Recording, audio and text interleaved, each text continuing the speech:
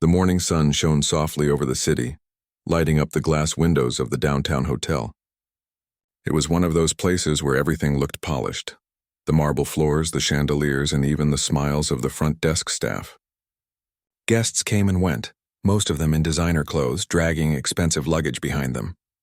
The hotel prided itself on luxury, but more than that, it prided itself on knowing who mattered. Inside the lobby, a woman walked in quietly, wearing a long beige coat and carrying a simple black travel bag. There was nothing flashy about her. No assistants, no cameras, no loud arrival. She moved with calm confidence, but to most people there, she seemed like any other traveler. That woman was Michelle Obama, though no one in the lobby realized it yet. She was in the city for a private visit, meeting students and teachers for an education program she supported. She didn't want attention, and she hadn't asked for any special treatment. At the front desk, the hotel manager stood tall behind the counter, scanning the guests as they checked in. He was the kind of man who noticed watches before he noticed faces. His name was not important, but his pride was. He liked feeling powerful in his space, the way people waited for his approval, the way staff straightened up when he walked by. He called it professional standards. Others quietly called it arrogance. When Michelle reached the counter, the manager didn't even look up right away. He was busy typing something on the computer, speaking half-heartedly to another guest. When he finally noticed her, he gave a short smile that didn't reach his eyes. "Yes, ma'am, checking in?" he asked flatly. "Yes, please," Michelle replied warmly, handing over her ID and booking confirmation. "It should be under Michelle L. Obama." The manager typed the name into the system. For a second, his eyes paused on the screen. The name looked familiar, but he brushed the thought aside. He'd seen all sorts of names, and besides, he assumed this couldn't be that Michelle Obama. Surely someone like her would come with security and attention. Not like this. "Ah, yes. Standard room one night," he said curtly, tapping on the keyboard. "I see you've requested a quiet floor, but unfortunately those rooms are limited. You'll have to stay near the elevators." Michelle smiled kindly. "If it's possible, I'd appreciate something a bit quieter. I have an early morning meeting tomorrow."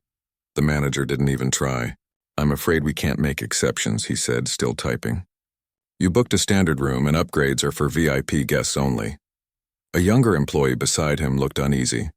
She whispered, "Sir, I think—" But the manager raised a hand to stop her. "It's fine, I know what I'm doing," he said sharply. Michelle nodded, not offended, just calm.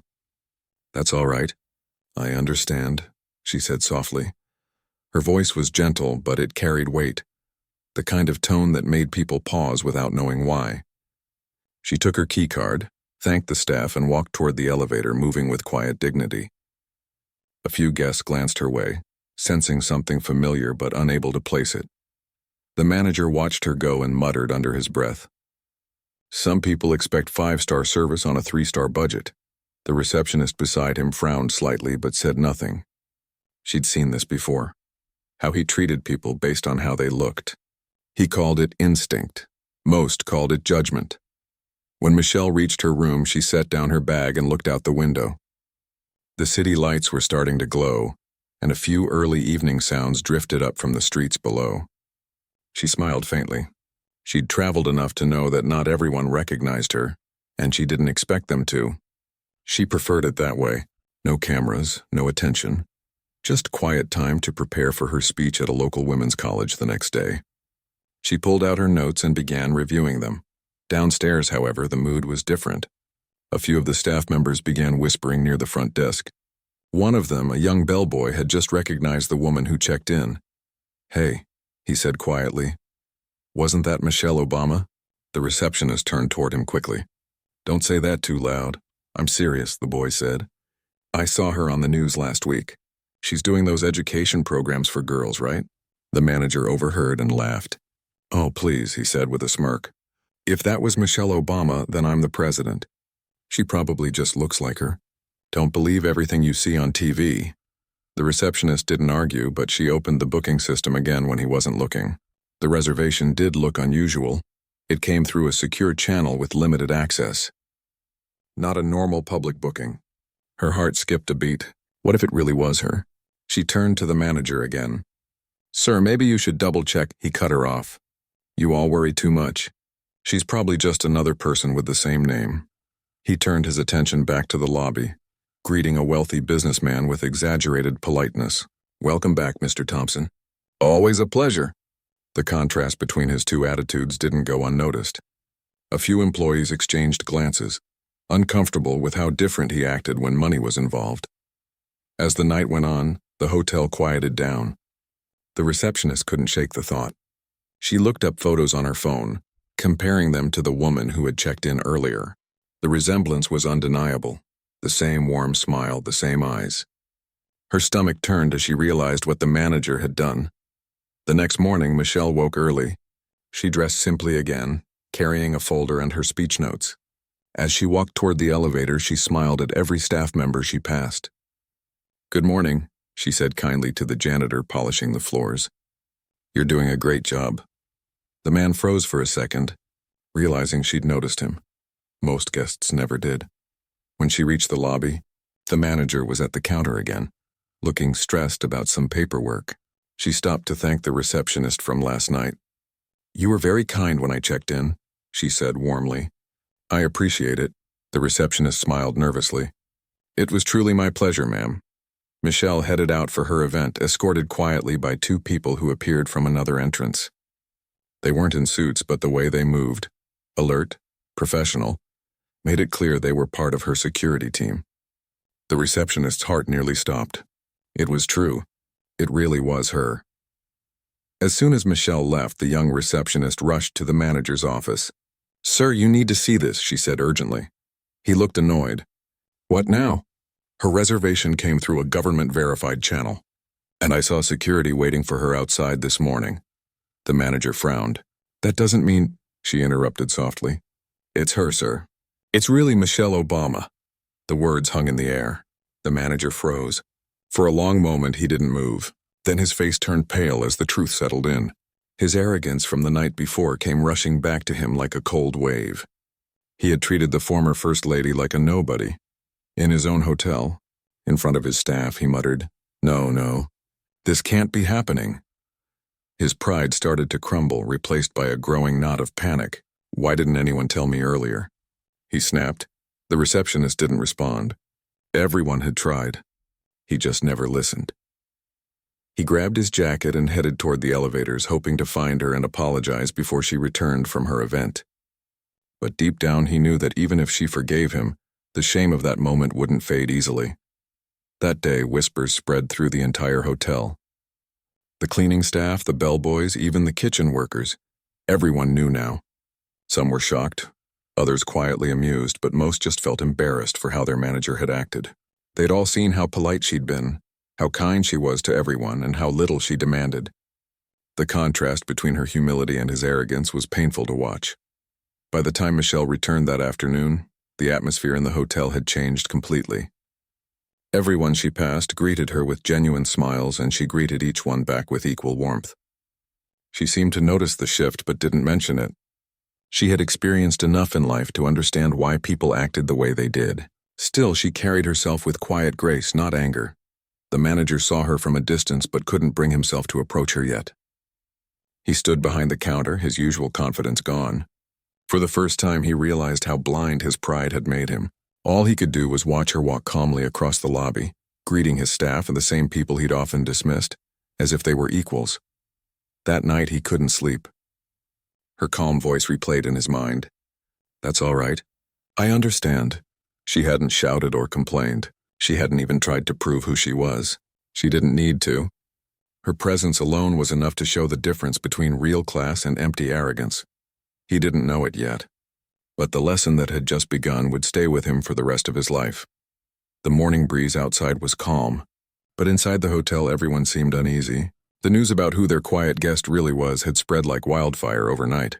Every department knew by now. The front desk, housekeeping, kitchen staff, even the valet drivers. The woman who had been treated like an ordinary traveler was none other than Michelle Obama. The young receptionist, who had been polite from the start, couldn't stop thinking about how calm and graceful Michelle had been despite the manager's dismissive tone. She had replayed the moment again and again in her head, how Michelle had smiled kindly even after being turned away for a simple request. It made her feel both admiration and guilt at the same time. By mid-morning, whispers filled the staff lounge. Everyone wanted to know how the manager would react once Michelle came back from her event. Some thought he would try to act as if nothing had happened. Others guessed he would panic and try to apologize. Either way, the tension was thick in the air. The manager himself sat in his office, staring at the screen on his computer, pretending to work. His tie was slightly loose, and the usual confidence in his face was gone. He couldn't focus. The embarrassment from the previous night haunted him. He'd been rude to one of the most respected women in the country, and worse, in front of his own employees. He kept telling himself maybe she wouldn't say anything. Maybe she didn't care. Maybe she hadn't even noticed his tone. But deep down, he knew she had. The way she looked at him before walking away, calm, not angry, just disappointed. That look had been worse than any insult. At around 11 a.m., Michelle returned from her morning meeting. A black car dropped her off quietly at the hotel entrance. No flashing lights, no big scene. Just a small, respectful presence. She stepped out carrying a few folders and a cup of coffee. The doorman rushed to open the glass doors for her, greeting her with a nervous smile. "Welcome back, ma'am," he said quickly. She smiled kindly. "Thank you." "You're very kind." Her voice was soft, genuine. It made everyone who heard it feel at ease, even the ones who had been whispering nervously all morning. The receptionist spotted her first and felt her stomach twist. She wanted to say something, maybe apologize for not speaking up earlier, but Michelle didn't look upset. She seemed perfectly at peace, almost unaware of the storm she'd caused inside the hotel. The manager, hearing that she'd returned, straightened up and fixed his jacket. His palms were sweating. He wanted to say something, to apologize, maybe explain. But when he saw her walking across the lobby, his words disappeared. Michelle walked up to the counter to ask about her next day's schedule. She greeted the receptionist warmly again, and the young woman's eyes softened. "Good afternoon, Mrs. Obama," she said quietly. "I hope your event went well." The manager froze. That was the first time anyone had said her full name out loud.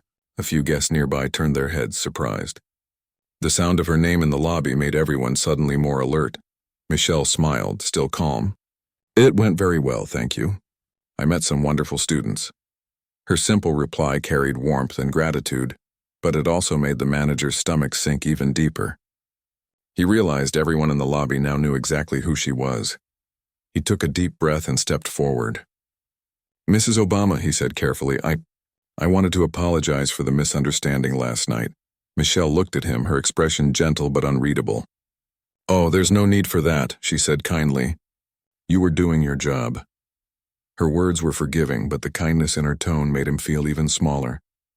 It wasn't anger that made him uncomfortable. It was her grace. He tried again, stammering slightly. "Still, I should have treated you with more respect."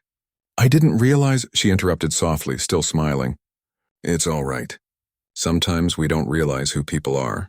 But the truth is, it shouldn't really matter, should it?" Her words hit him like a quiet thunderclap.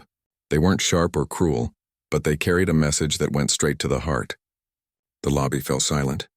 Even the guests standing nearby pretended to look away but were clearly listening. The manager nodded awkwardly. "You're right, ma'am. It shouldn't?" Michelle gave a polite nod and walked toward the elevators. As she passed, every staff member she passed greeted her warmly. She thanked each one. There was no arrogance in her, no trace of irritation, only calm respect for everyone around her. Once she was gone, the manager sank into the nearest chair. He felt a mix of shame and relief, shame for how he'd behaved, relief that she hadn't made a scene. The receptionist gave him a sympathetic look but didn't say a word. They both knew this moment would stay with him for a long time. Later that afternoon, the hotel's general staff gathered in the break room for their usual meeting. But instead of discussing schedules and duties, all anyone wanted to talk about was what had just happened. The head of housekeeping spoke first. "I cleaned her room this morning. She left everything neat, even wrote a note thanking me for keeping it tidy."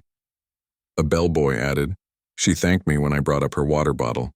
Most guests don't even look at us." The receptionist smiled faintly. "She's kind to everyone." Even after what happened, the room fell silent for a moment. Everyone knew what happened meant. The manager stood at the front of the room listening. He wasn't his usual bossy self today. He looked thoughtful, maybe even a little humbled. "I made a mistake," he said finally. "I judged someone by how they looked. I won't make that mistake again." No one said anything, but several nodded quietly. It wasn't often that he admitted being wrong. Outside the staff room, life went on as usual. Guests checked in, bags rolled across the lobby floor, and phones rang constantly. But the atmosphere had shifted. People seemed kinder, softer in their tone.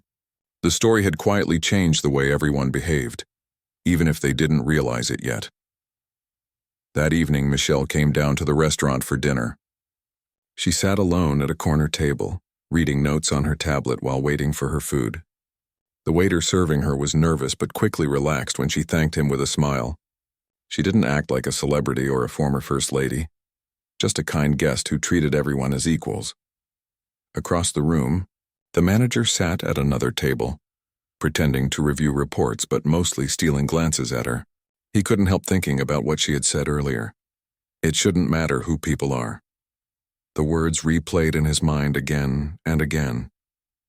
As he watched, an older couple at the next table recognized her.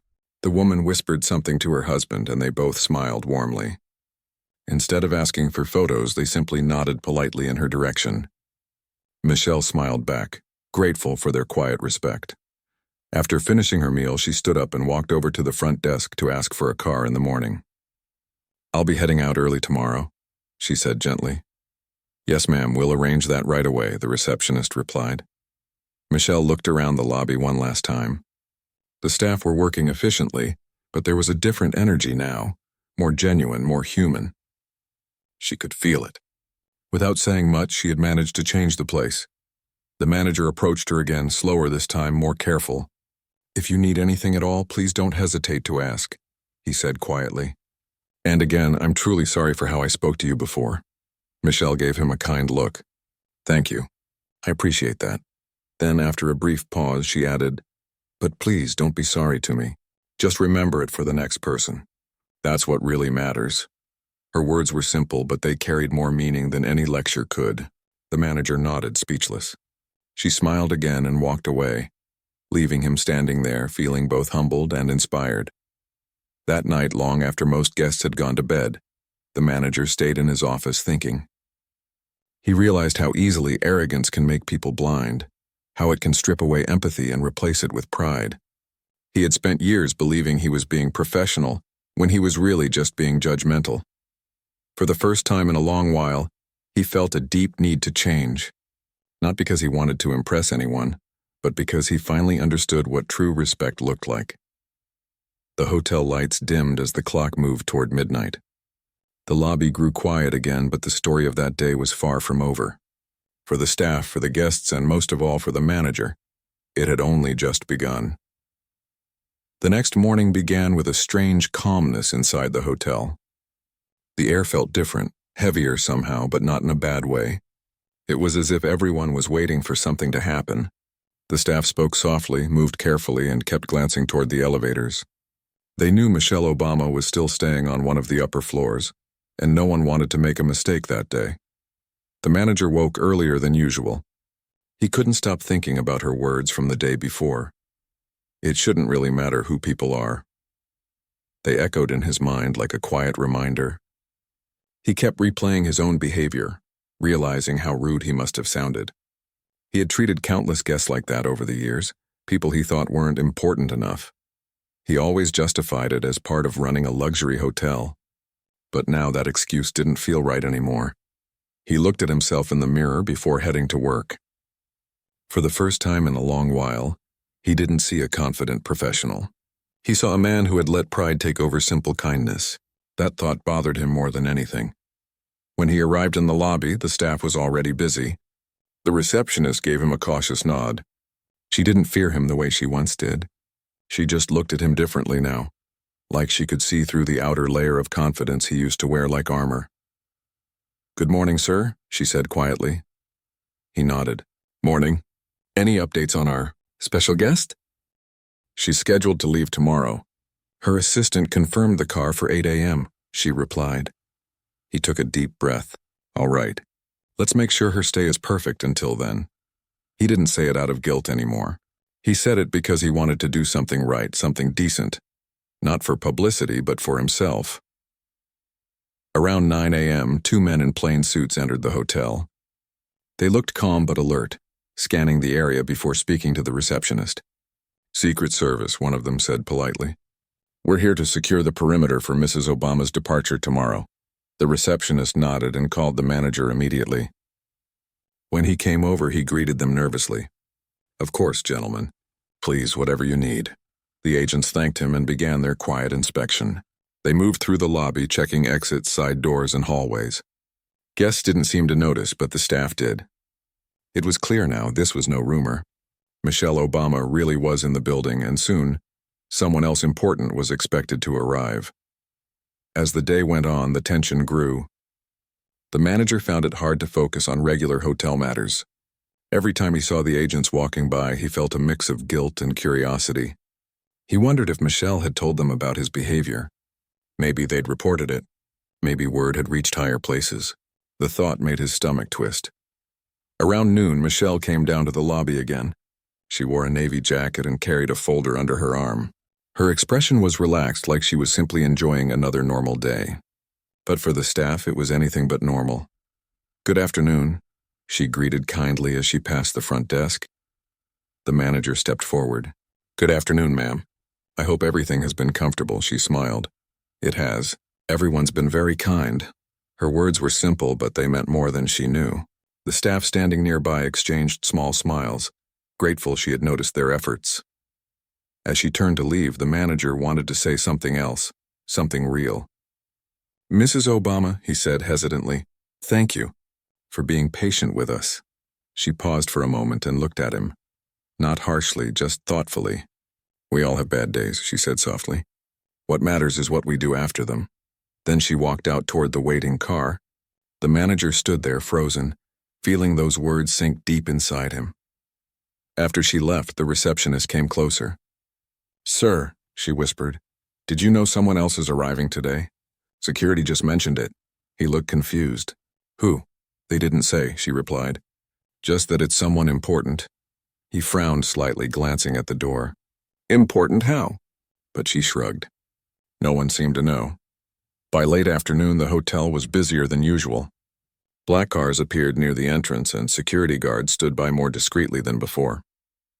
Guests were starting to notice. Some whispered. Some took photos from a distance.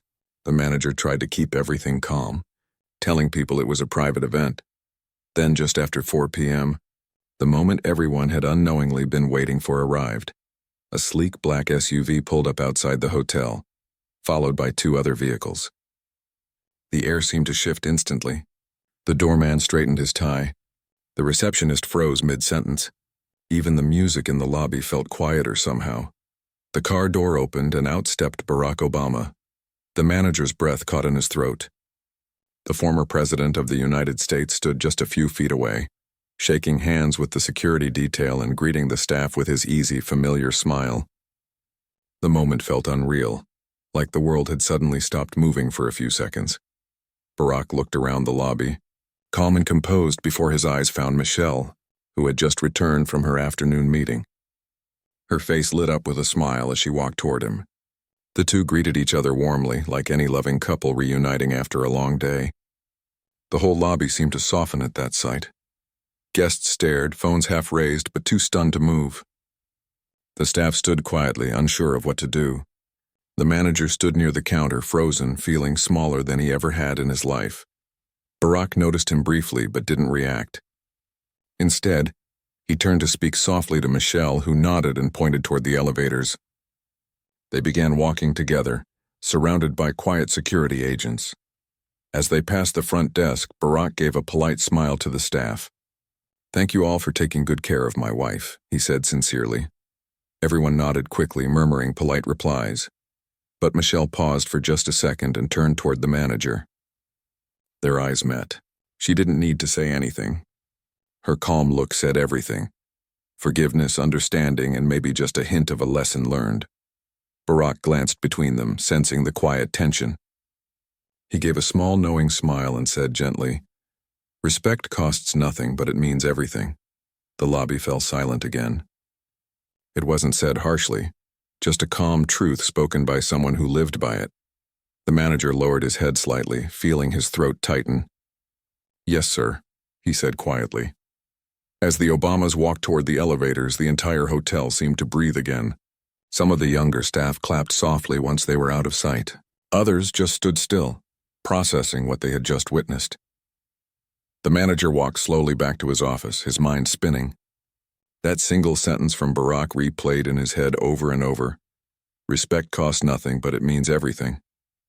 He sat down at his desk, feeling the full weight of those words. He thought about the years he'd spent chasing approval from wealthy guests, showing fake smiles to those who could benefit him, while dismissing others he deemed ordinary.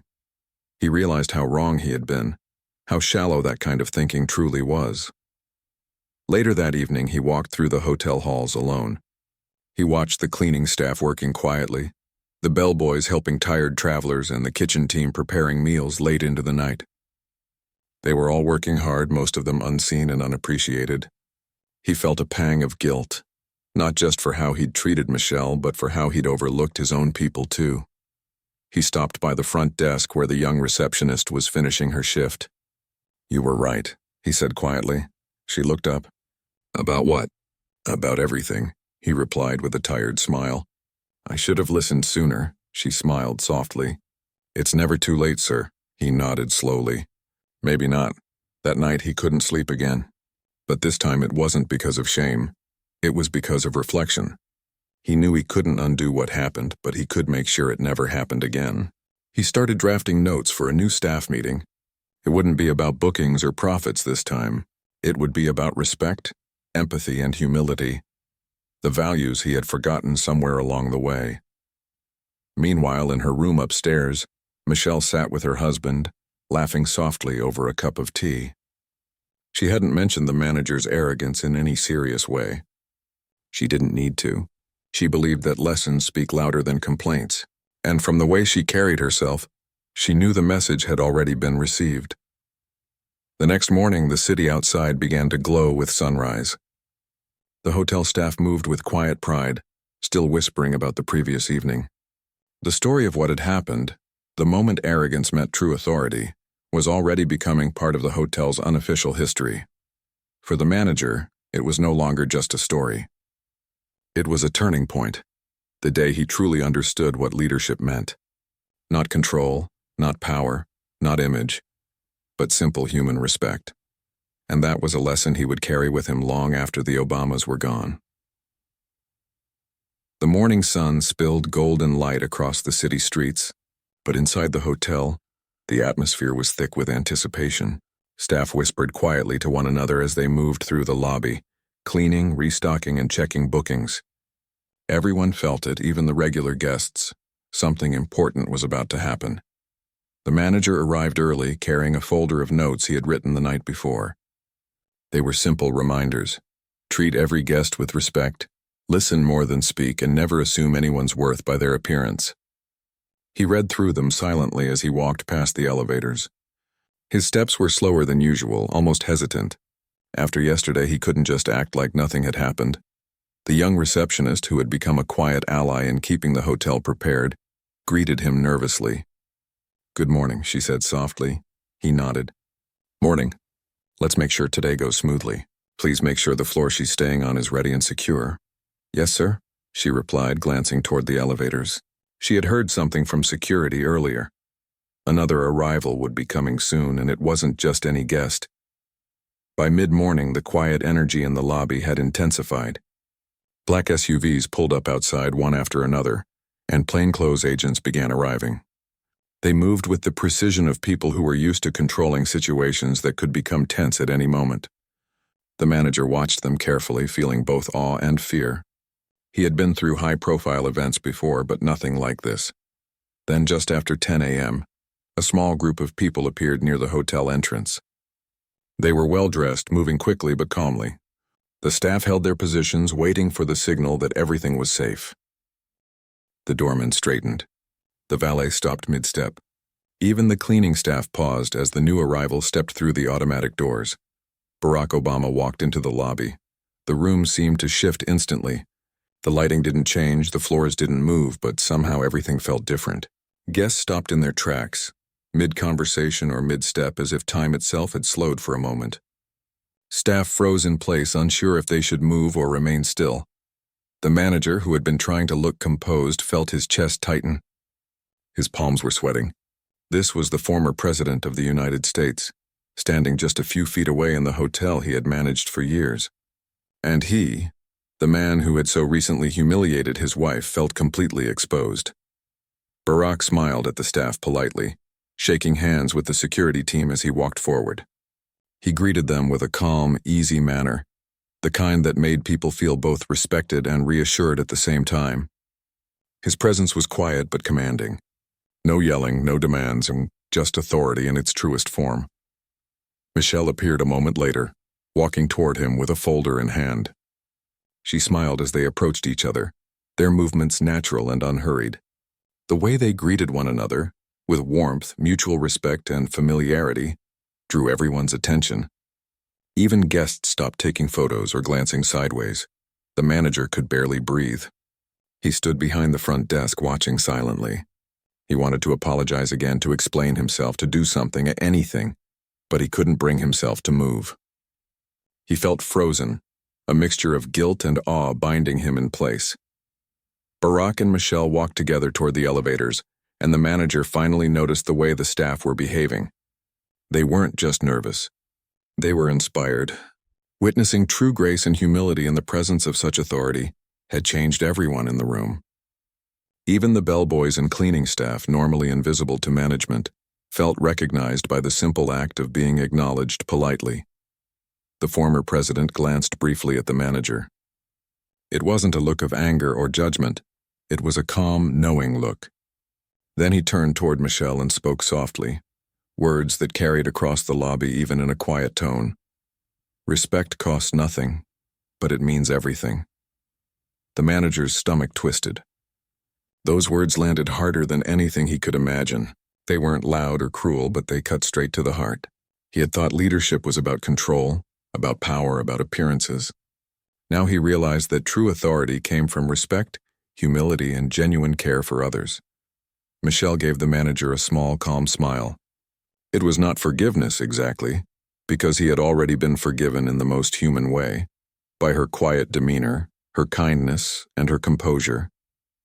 But it was a look that reminded him of his failure. She didn't shout or accuse.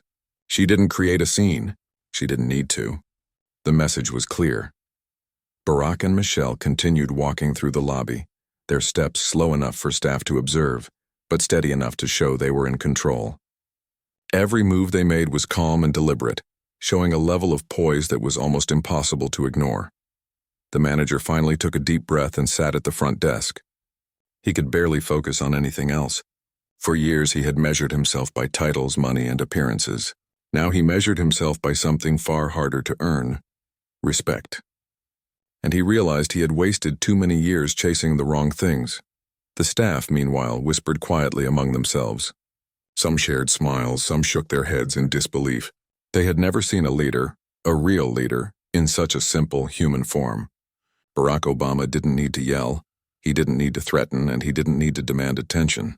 His authority came naturally because of the way he treated people, the way he carried himself, and the way he expected others to act with dignity. By the time the Obamas reached the elevators, the hotel lobby felt different. The energy had shifted from tension to inspiration. Even the regular guests, unaware of the full story, could sense the change. There was respect in the air, a quiet humility that had been missing before. The manager stayed seated for several minutes after they left. His hands shook slightly as he tried to process everything he had just witnessed. He thought about how easy it would have been to continue his old ways, to let pride rule his behavior. But he knew that would no longer be acceptable, not to himself, not to his staff, and not to anyone who deserved basic respect. Later that afternoon, the manager gathered the hotel staff for a meeting. He didn't act like the authority figure he usually pretended to be. Instead, he spoke from the heart. "I made mistakes," he said quietly. "Mistakes in how I treated a guest. Mistakes in how I treated all of you. And I want to make sure we don't repeat them." The staff listened closely, sensing a real change in his tone. He wasn't trying to impress anyone. He wasn't pretending to be better than anyone else. He was being human, honest, and accountable. He continued, "Starting today, we treat every guest with the same respect we would give someone we admire. No exceptions. And we treat each other with the same respect we expect from others. That is what matters." For the first time in years, his words didn't feel hollow. He felt them in his chest. The staff nodded, feeling inspired themselves. They understood the gravity of what had happened. This wasn't just about one guest or one day. It was about how they would carry themselves in every interaction from now on. Meanwhile, upstairs, Michelle and Barack sat quietly in her room for a brief moment of rest. Michelle reflected on the morning, on the calm authority and kindness that had shaped the reactions of everyone she had encountered. She didn't need to make a statement. Her presence alone had changed things. Barack, noticing her quiet smile, reached over and touched her hand. "You did good," he said softly. She looked at him, eyes twinkling. "It wasn't me. It was just being patient and kind. That's enough sometimes." And back in the hotel lobby, the manager finally began to see what that meant. He didn't need recognition or praise. He didn't need anyone to forgive him publicly. The lesson itself, the understanding that true authority comes from respect and kindness, was enough. By evening, the lobby had returned to normal pace. Guests checked in and out, luggage rolled across the polished floors, and the usual routines resumed. But the story of the morning, the lesson in humility and authority, had left a lasting impression on everyone who had witnessed it. Staff carried themselves differently, spoke with more care, and smiled more genuinely. They didn't need to announce it. The change was visible in every small gesture. The manager lingered in his office late into the night, reviewing plans for staff training. This time, the focus was not on luxury standards or profit margins. It was on human decency, empathy, and respect. He wanted the staff to remember what they had seen, not just today, but for years to come. He closed his laptop and looked out the window at the city below. The streets were quiet, the traffic slowed, and for a moment the world outside the hotel seemed to reflect the calm he now felt inside. He had learned something profound, something that would stay with him forever. The day that began with pride and arrogance had ended with humility and understanding. And for everyone who had been there to witness it, it was a day they would never forget. The morning air was crisp, carrying the faint scent of coffee and city streets. Inside the hotel, there was a quiet sense of purpose among the staff. Today was different. Everyone knew it. The Obamas were leaving, and the events of the past days had already left an impression on every corner of the hotel. The manager arrived early, carrying a notebook filled with reminders and ideas. He had stayed up late the night before, thinking about what he could do to make the last hours of their stay smooth and respectful. It wasn't just about impressing guests anymore. It was about doing the right thing, about creating an environment where kindness and respect mattered more than appearances or profit. The young receptionist greeted him quietly, a smile on her face that held both pride and relief. "Good morning," she said. "Good morning," he replied, his voice calm but steady. "Let's make today perfect for them and for everyone here." She nodded. "We will, sir." The elevators were already reserved, and security had coordinated with the staff to ensure the Obamas' departure would be smooth but private. The lobby, though busier than usual, moved with an unusual calm. Guests checked in and out, but there was an invisible order now, a quiet respect that hadn't been there before. By mid-morning, Michelle and Barack appeared, ready to leave. They moved through the lobby together, carrying only small personal items, their presence gentle but commanding. The manager felt a rush of nervous energy as he watched them approach the front desk. He had rehearsed what he might say, how he could apologize again, but every word felt inadequate in the face of their quiet dignity. Barack noticed him from a distance. The former president's eyes met the manager's briefly, calm and understanding, carrying the weight of experience and authority. Michelle gave him a small, polite smile, warm, forgiving, but quietly firm. It wasn't an angry look. It wasn't a rebuke. It was a reminder of what had happened, and of the lesson to be learned. "Good morning," Michelle said softly as she approached the desk. Her voice was steady, kind, and genuine.